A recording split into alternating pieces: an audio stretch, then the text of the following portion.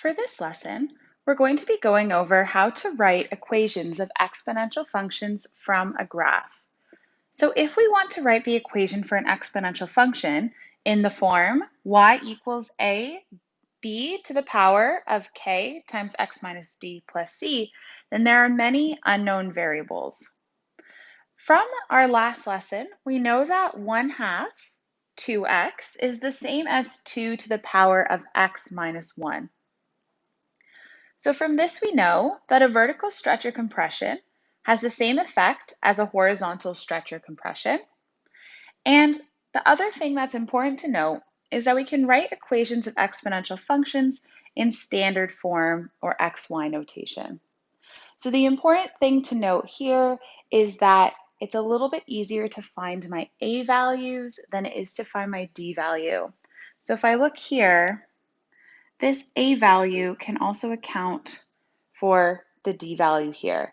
So we're going to go through and solve everything with our A values. So we won't really be working with D values too much here because the A value is simpler to find.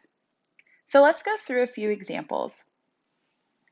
So we're going to be writing the following exponential equations in the form y equals ab to the power of k x minus d plus c. So the first thing that we're going to do here is we're going to locate our asymptote. So I look at my graph and I see that it is approaching this line here. So that means that we have an asymptote at y equals 5. And that means that my asymptote has been moved up 5 units from where it was at 0, 0. So that tells me that my C value equals 5. Now let's fill that into our equation. And I'm not going to write D here because we'll use our A to account for D. So don't worry about D because if we find A, that is the same up here as also accounting for and finding D. So now we have our y ab to the power of kx plus 5. Now the other thing I'm also going to add in here is our parent function. So our parent function is 2, so instead of writing a b, I can write a 2. Now we still have a lot of variables here, and the first thing we're going to do is we're going to find a.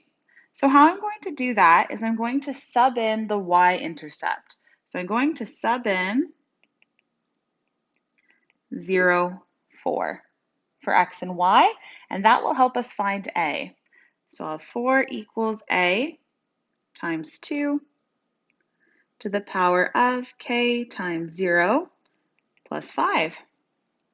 Now that k times 0 is just 0, so we have a times 2 to the power of 0, which is just 1, plus 5, like this. So now I'll just isolate a, so we'll move that 5 over. So 4 minus 5 equals a, so -1 equals a. So now let's write all of that into our equation over here. So now we have y equals -2 k times x plus 5 like this. Now we still need to find k, so we're given another nice point here. So for 2, I'm going to sub in our other given point, which is at 1, 3. So let's sub that in.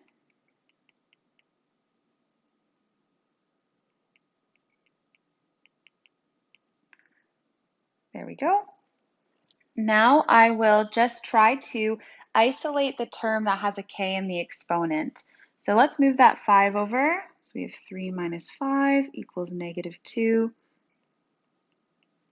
So we will have -2 equals -2 to the k times 1.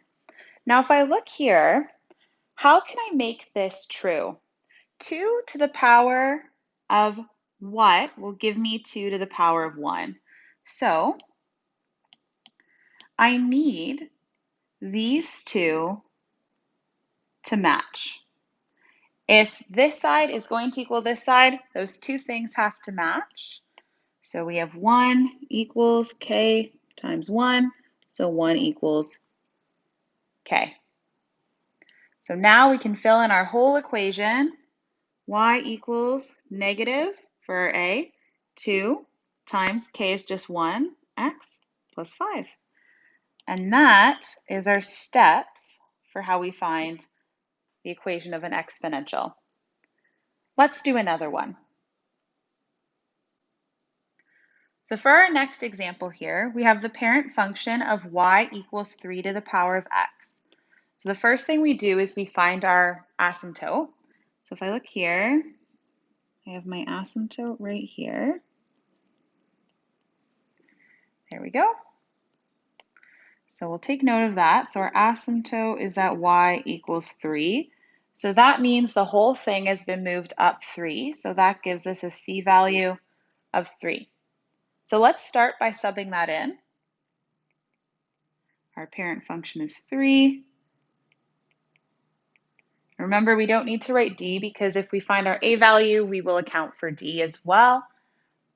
So now I sub in my y-intercept, which is 0, 1.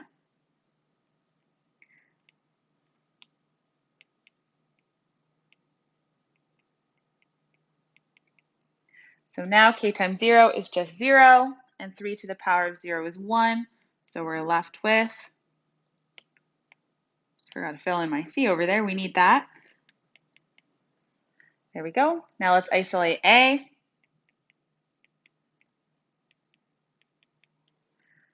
So now we have our negative 2 equals a. Let's fill that into our equation over here.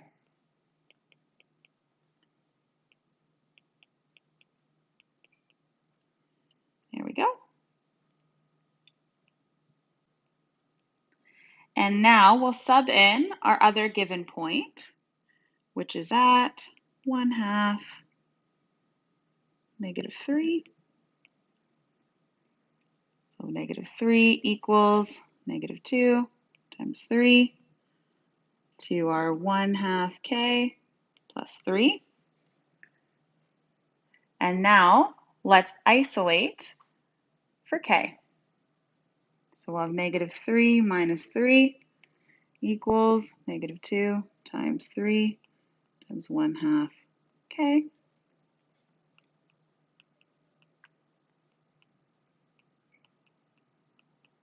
Now we'll divide out that 2, so that will give us 3 equals. So similar to last time, this exponent needs to be the same as this exponent because I have matching bases. So we have 1 equals 1/2 k. That's the same as writing this. So now to get k all by itself, I have to multiply by 2 on this side and on this side. So we'll get 2 equals k. So now I can write my full equation.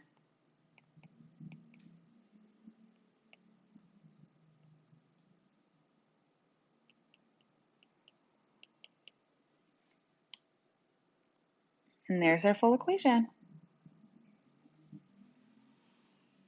So there are some practice problems for you to try below. Give them a try, and all of the solutions will be posted on Classroom.